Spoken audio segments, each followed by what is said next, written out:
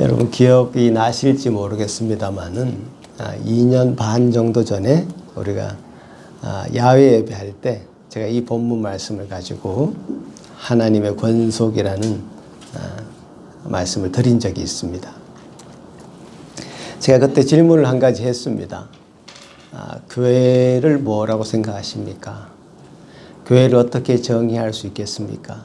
질문을 제가 드렸고, 어떤 사람은 말씀을 배우는 학교처럼 교회를 이해할 수 있습니다. 학교. 또 어떤 사람은 치유받는, 아픈 것을 치유받는 병원으로 교회를 이해할 수 있습니다. 또 어떤 사람은 세상에 나가서 전쟁을 치러야 되기 때문에 그 전쟁을 준비하는 교회를 군대처럼 이해할 수도 있습니다. 또 어떤 사람은 성장의 측면에서 교회를 하나의 기업으로 이해할 수도 있습니다. 그래서 교회에서 경영학이나 또 마케팅 같은 것을 바탕으로 한 교회 성장학을 가르치기도 합니다. 자, 학교, 병원, 또 군대, 기업과 같은 측면이 전혀 없는 것은 아닙니다. 그러나 가장 베이직하고 가장 기초적인 또 가장 성경적인 교회 정의는 저는 단연코 교회는 가족이다 이렇게 말씀드리고 싶습니다. 그러니까 가장 기본적인 플랫폼이다 이렇게 얘기할 수 있습니다. 플랫폼. 이 가족이라는 이 플랫폼 안에서 학교처럼 배우는 것이고요. 그죠? 그 안에서 치유받고 그 안에서 세상을 나가서 싸우기 이기기 위한 힘을 얻고 또 가족 안에서 당연히 성장하고 그런 의미의 분명한 가족이라는 플랫폼 안에서 그 모든 것이 이루어진다고 생각합니다. 그러니까 지금 성경에서도 하나님의 권속이다 이 말을 썼는데 이제 권속이라는 영어로 이제 household는 한 집에서 거느리고 사는 식구들 이렇게 이런 표현입니다. family라는 단어는 뭔가 혈통에 연관된 단어인 것처럼 느껴지는 반면에 household는 가솔, 집안에서 함께 밥을 같이 먹는, 함께 사는 그런 의미가 더 강한 것 같습니다. 그러니까 영어로 영영사전에서 이렇게 번역이 됐는데요. A social unit living together. 함께 사는 어떤 사회적인 단위 이렇게 이렇게 해석이 됐으니까 예를 들면 우리 집에 함께 사는 예언이와 은철이는 하우스홀드인 거죠. 그래서 하나님께서 하나님의 권속으로 이 교회를 표현하셨을 때는 그런 의미가 있는 것입니다. 그러니까 이질적인 사람들이 사실 교회에 모이죠. 나와 다른 배경으로 자란 문화적인 배경을 가진 사람들이 함께 모이는 것입니다. 함께 모여서 그 안에서 어떻게 조화롭게 살아갈 것인가, 그 안에 어떻게 하나됨을 이루면서 살아갈 것인가의 문제를 하나님은 지금 우리에게 제기하신가라고 봅니다. 에베소 교회에도 이방인들, 외인들, 전에는 손님이었던 그야말로 패밀리가 아니었던 그런 사람들이 함께 모여 있는 것입니다. 그래서 권속이라는 큰 하우스홀드라고 하는 하나님의 하우스홀드라고 하는 그런 개념으로 교회를 말씀하신 것입니다. 가족이라고 제가 표현했을 때 오늘 유아세례를 받은 주한이나 또 할인이는 이 가족 개념이 아직 눈을 못 떴을 것입니다. 아직 모르죠. 누군가 나를 안아주기도 하고 먹을 것을 주기는 하지만 이들이 나의 가족인지 아닌지 아직 모른단 말이죠. 근데 이 성장하면서 가족의 눈을 뜨기 시작합니다. 성장하면서, 자라면서, 그죠? 자라면서, 이분이 나에게 자꾸 먹을 것을 주는데, 이분이 엄마구나. 이분 가끔 집에 보였다, 안 보였다 하는데, 그래도 뭔가 내게 잘해주는 것 같은데, 이분은 아버지구나. 느껴가죠. 어떤 신체적으로 또 정서적으로 안정감을 찾아갑니다. 늘 한 집에서 함께 살고 있는 신체적인 공동체일 뿐만 아니라 어떤 정서적 공동체, 그러니까 슬픔을 당하면 함께 울어주고 기쁨 일이 있으면 함께 기뻐해주는 정서적인 공동체임을 또 그들이 알아갑니다.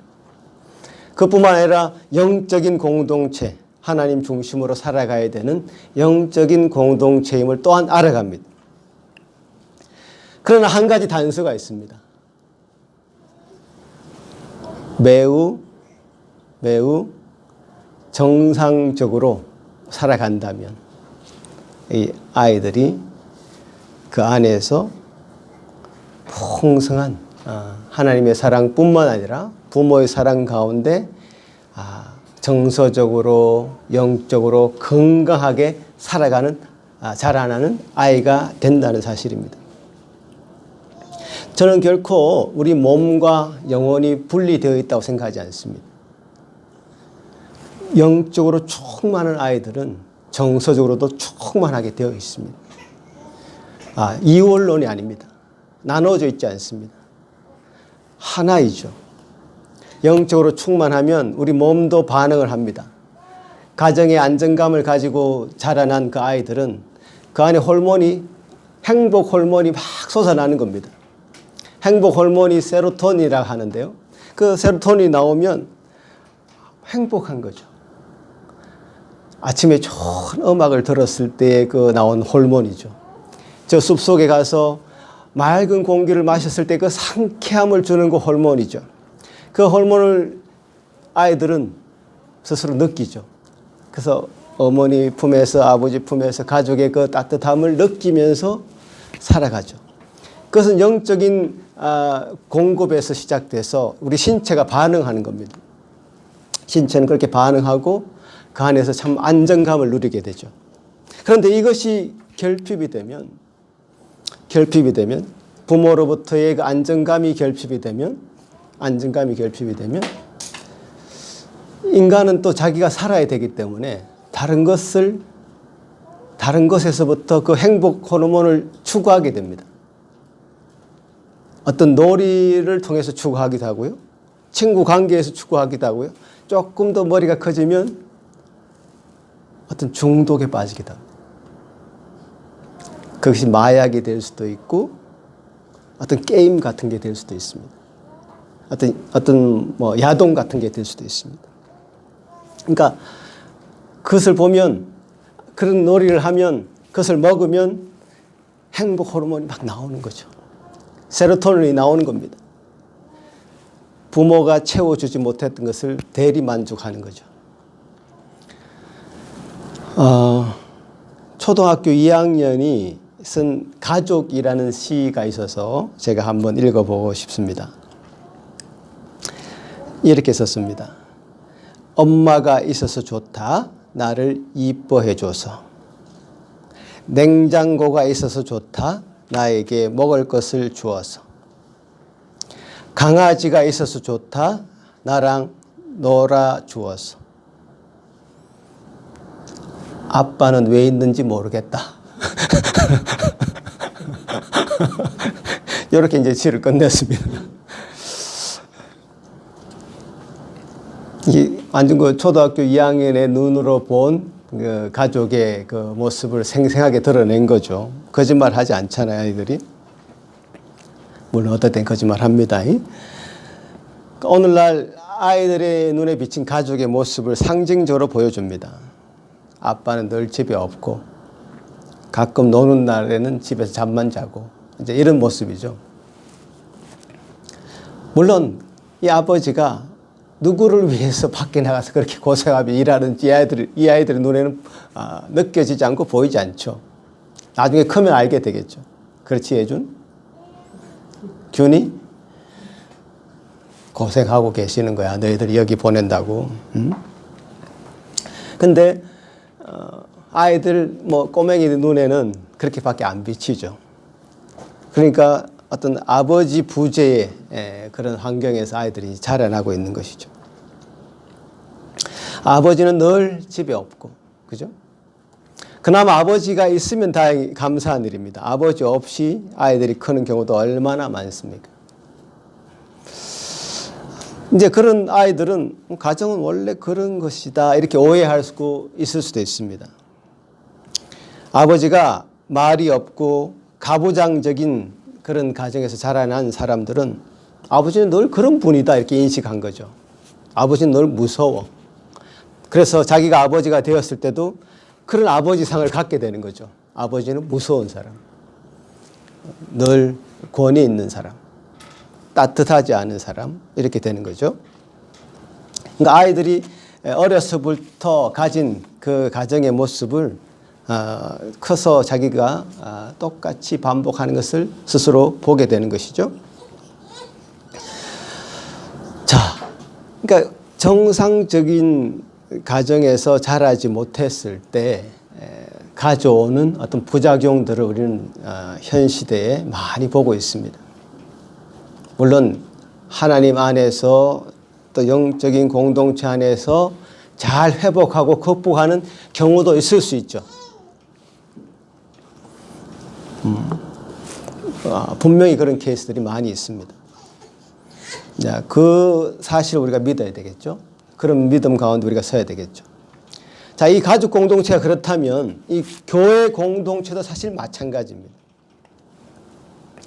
이 갓난 아이들이 자라면서 가족이라는 것을 알아가고 그 안에서 충분한 영적인, 정서적인, 신체적인 영양분을 공급받는 것처럼 성도들도 마찬가지입니다. 신앙이 자라면서 신앙은 덩그러니 나 혼자만 여기 덩그러니 있는 것이 아니라 어떤 영적인 공동체에 소속된다는 것을 느끼기 시작하는 것이죠. 처음에는 잘 못 느낍니다. 아니면 오래 신앙생활을 하더라도 그런 영적인 공동체라는 의식이 없이 신앙생활을 했다는 것은 그 사람에게는 결론적으로 말씀드리면 신앙이 없는 것과 마찬가지죠. 아직 주한이나 하린이처럼 간단 아이로 그냥 머물러 있는 것과 마찬가지인 것이죠. 영적인 공동체, 가족이라는 그 공동체라, 영적인 가족 공동체라는 것을 느끼기 시작했을 때에 비로소 신앙이라는 것, 하나님을 믿는다는 것은 바로 여기에 있구나 라는 것을 알게 되는 거죠.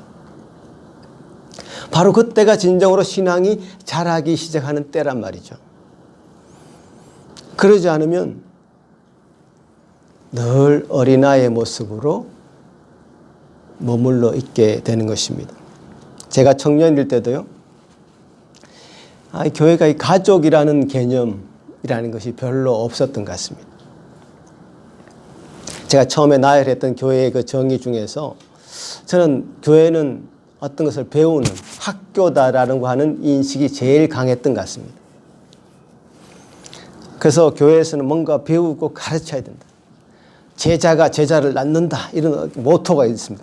그 모토를 가지고 뭔가를 배우고 가르치고. 그런데요, 제가 그 어설픈 교회관을 가지고 있으니까 사람들과 부딪히게 되더라고요. 어떤 부장 집사님, 주일학교 부장 집사님, 유년주일학교 부장 집사님과 제가 많이 부딪혔습니다, 사실은. 왜냐하면 제가 청년부 회장할 때인데요. 청년부 회장으로 하고 있을 때인데 청년부 교육자가 따로 없었어요. 그 청년부 회장이 뭔가 다 해야 되는 그런 상황인데, 그분도 나름 어설픈 교회관을 가지고 있습니다. 청년들이 와서 교회에서 봉사해야지 무슨 청년부 모임을 하냐. 그 예배, 1부 예배가 끝나면 2부 예배 시간에 2부 예배가 없었고 하여튼 1부 예배 끝나고 식사하면 그 시간이 주일학교 예배 시간이 아니에요. 그러니까 뭐 회의한다고 뭐이라 그러고 이제 그런 주장을 하시는 거죠. 근데 저는 아니다. 이 청년들도 지금 반드시 공급이 필요하고 뭔가 배워야 되고 그래야지 다음 주에 그렇게 또 섬길 수 있다. 어떤 기초적인 기본적인 교육이 필요하다. 이 문제로 사실 많이 부딪혔어요. 그분도 그분 주장을 굽히지 않고 저도 저 주장을 굽히지 않죠. 저보다 훨씬 연배가 높으신 분이시는데, 그분은 교회를 일터처럼 생각하는 거죠. 봉사해야 된다. 무슨 청년부를 따로 예배 드려. 청년부가 무슨 배워. 제자 훈련이 뭐가 필요해. 이런 생각을 하시고, 저는 배워야 된다. 이 둘 다 사실 어설픈 교회관을 가지고 있으니까 부딪히는 거죠. 그때 만약에 제가 교회는 정말 가족이다라고 하는 이 교회관을 가지고 있었다고 한다면 서로 맞지 않는 부분이 분명히 생겼을 때에 서로 이해하고 받아들일 수 있는 대화의 시간을 마련했을 것 같습니다.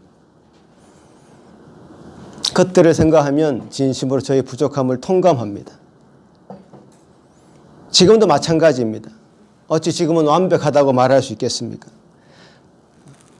물론 그때보다는 조금 나아졌겠지만 아직도 저는 하나님이 원하시는 이 교회의 모습이 무엇일까를 고민하고 기도하면서 여러분과 함께 알아가고 있습니다. 시편 133편 말씀을 보면 형제가 연합하여 동거함이 어찌 그리 선하고 아름다운고 라고 하는 말씀이 있습니다. 어찌 그리 선하고 아름다운가. 하나님이 가장 선하고 아름답게 보는 모습이 형제들이 연합할 때라는 겁니다. 하나님 아버지 입장에서는 우리 형제 자매들이 연합하고 함께 동거하는 그 모습을 보는 것이 가장 선하다는 말씀입니다. 성경에 이런 표현들이 사실 많지는 않아요. 하나님 정말 이런 모습을 원하신다, 보기 좋아하신다, 기뻐하신다고 하는 표현이 많지 않습니다. How good, how pleasant. 얼마나 하나님이 좋아하시면 이런 표현을 하겠습니까? 하나님이 정말 기뻐하신 것은 부모 입장에서 우리 자녀들을 봐도요. 자녀들이 정말 친하게 지내는 것, 잘 지내는 것만큼 기분 좋은 일이 없습니다. 그게 부모의 마음이거든요. 근데 성경에 이게 보면 선하지 않다, no good 이라는 단어가 처음 등장하는 대목이 어느 대목인지 아세요? 퀴즈. 하나님이 이 세상을 천지만물을 창조하신 힌트를 드립니다. 천지만물을 창조하실 때 어떻겠습니까? 보기에 좋았더라. 이렇게 말씀하셨죠? 그 다음 어떤 부분에서 no good 그랬습니까? 창세기 2장 18절에 사람이 독처 혼자 사는 것이 좋지 아니하니 no good. 혼자 있는 것은 좋지 않다. 혼자 사는 것은 좋지 않다. 혼자 이렇게 나오는 것 좋지 않다. 그래서 짝을, 배필을 마련해 주신 거죠. 영어로 이렇게 표현하고 있습니다. It is not good for the man to be alone. 제 말이 아닙니다. 주님 말씀이시죠. 아멘이십니까? 형제가 연합하여 동거함이 어찌 그리 선하고 아름다운가. 이제 그 비유로 시편에서 비유로 헐몬산에 이슬이 내림같이 이렇게 했습니다. 헐몬산이라는 것은 마치 우리가 저기 베이크산을 보는 것처럼 아주 그때 당시 높은 산입니다. 해발 한 거의 3,000m 되는 눈 덮인 산이죠.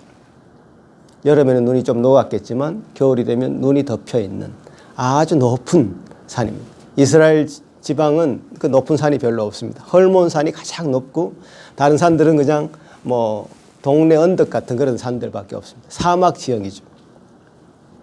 헐몬산의 그 이슬, 기온 차이가 많이 나는 겁니다. 저 높은 산에 그 얼음이 눈이 쌓여 있는 그 산에서 내려오는 그 찬 기운이 이 따뜻한 기운을 만날 때 뭐가 생기냐 하면 이슬이 생기는 거죠. 그 이슬이 온 대지를 촉촉하게 적시는 겁니다. 그 이슬이 얼마나 고마운 이슬인지 몰라요. 사막같이 메마른 그 땅에 이슬을 다 뿌려주는 겁니다. 그 헐몬산의 그 이슬이 이스라엘 땅을 살아나게 하는 것이죠. 그 헐몬산의 이슬이 온 땅에 내린 같은 그 복이 형제가 연합해서 동거하는 그 삶 가운데 임한다 그런 말씀이죠. 헐몬산의 그 이슬은 그야말로 연합과 화합의 어떤 상징 같은 겁니다. 헐몬산의 그 이슬에서 눈이 내려서 눈이 녹아서 이제 요단강 물을 만들고 요단강 물 끝에는 갈릴리 호수가 이렇게 있는 것입니다. 그래서 이 생명의 젖줄이 되는 것이죠. 그 주변에 있는 모든 민족들을 살리는 것입니다. 사람들을 살리는 헐몬산의 이슬인 것이죠. 그러니까 교회가 이렇게 연합하고 동거한다는 것, 그것은 그만큼 큰 복이 그에게 그 교회 공동체에 임한다는 모습이죠. 임한다는 것이죠.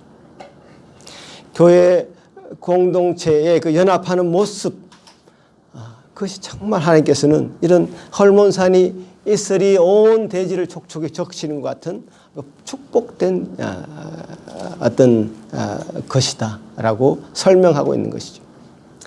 이 시편 133편 마지막 절에는 이렇게 얘기합니다. 그것이 곧 영생이다. 영생이 뭐죠? 구원 아닙니까?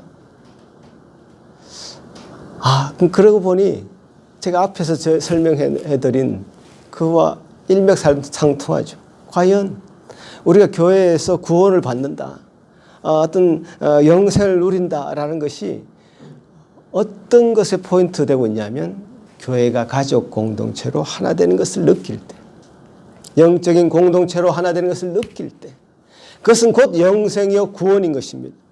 다른 곳에 있는 것이 아닙니다. 구원은 저 멀리 있는 것이 아닙니다. 구원은 그냥 우리 마음 속에만 있는 것이 아닙니다. 우리 교회 공동체 속에서 연합하는 이 공동체 안에서 드러나는 것이죠. 연합하는 이 공동체 속에 그 구원이 깃들여져 있는 것입니다.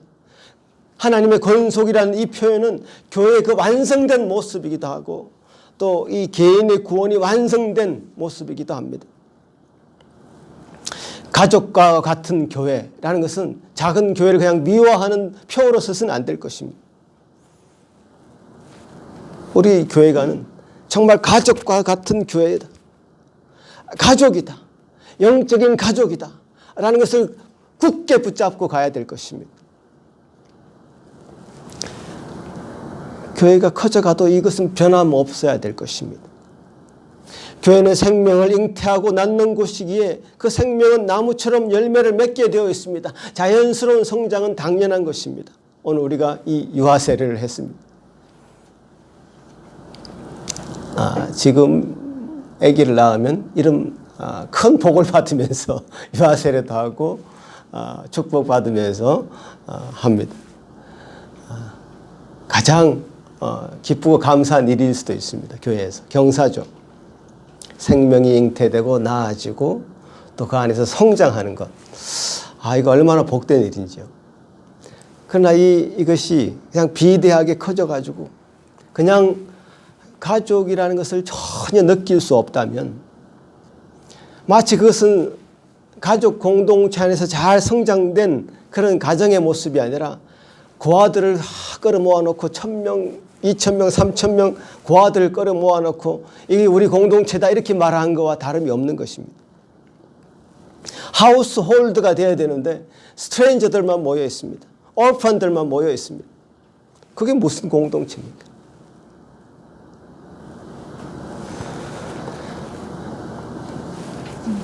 자연스럽지 않은 성장은 그 방향으로 가게 되죠. 그러나 우리는 자연스러운 성장, 아기를 낳는 것이 제일 좋습니다. 그리고 정말 가까이에서 가족들이 함께 이 예배의 자리에 나와서 예배하는 것 정말 좋습니다. 그리고 정말 기도하고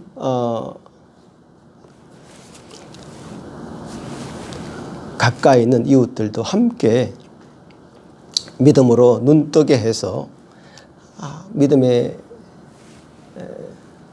영역들이 점점 넓어지는 그런 영적인 공동체가 더 풍성해지는 그런 것들 하나님 정말 기뻐하실 것 같습니다. 우리는 하나님을 아버지로 모시고 있는 형제 자매들입니다. 가족으로 이 영적인 공동체는 형성되었고 자라나가야 합니다. 분명히. 아까 그 초등학교 2학년짜리 도대체 아버지는 뭐 하시는 분인지 모르겠다라고 쓴 그 시처럼 아버지는 뭐 하는 분인지 모르는데 그 가족이 잘 굴러가고 있다면 문제인 것이죠. 우리는 하나님을 아버지로 모시고 있습니다. 이제 조금 이중적인 의미가 있죠. 그게 아버지라는 것이 육신의 아버지이기도 하고 하나님 아버지이죠. 하나님 아버지를 모르는 영적인 공동체는 비정상적인 가족입니다. 우리 하나님을 아버지를 바로 알고 그분의 은혜는 마치 헐몬산의 이슬처럼 우리에게 퍼져서 내려올 것입니다. 민수기 6장 23절에 이런 복을 빌기를 원하고 있습니다. 여호와는 내게 복을 주시고 너를 지키시기를 원하며 여호와는 그의 얼굴을 내게 비추사 은혜 베푸시기를 원하며 여호와는 그 얼굴을 내게로 향하여 드사 평강 주시기를 원하노라 할지니라. 그 대제사장이었던 그 아론의 자손들에게 이스라엘 백성들을 향해서 이런 복을 빌어야 된다라고 명령하는 그 대목입니다.